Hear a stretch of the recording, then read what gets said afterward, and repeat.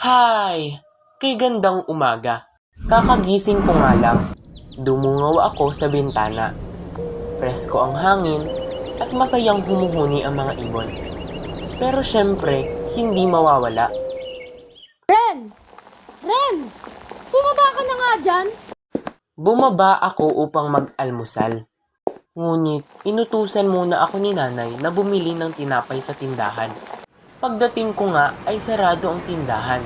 Nakita ko ang aking mga kaibigan na naglalaro. Kaya naisipan ko na maglaro muna. Sa gitna ng aking paglalaro, nakaramdam ako ng gutom.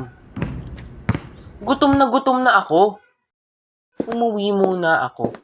Pagkadating ko ay wala si nanay. Nakita ko ang isang tinapay sa lamesa na may palaman sa ibabaw. Maayos naman ang lasa nito, medyo kakaiba nga lang. Oh, andiyan ka na pala.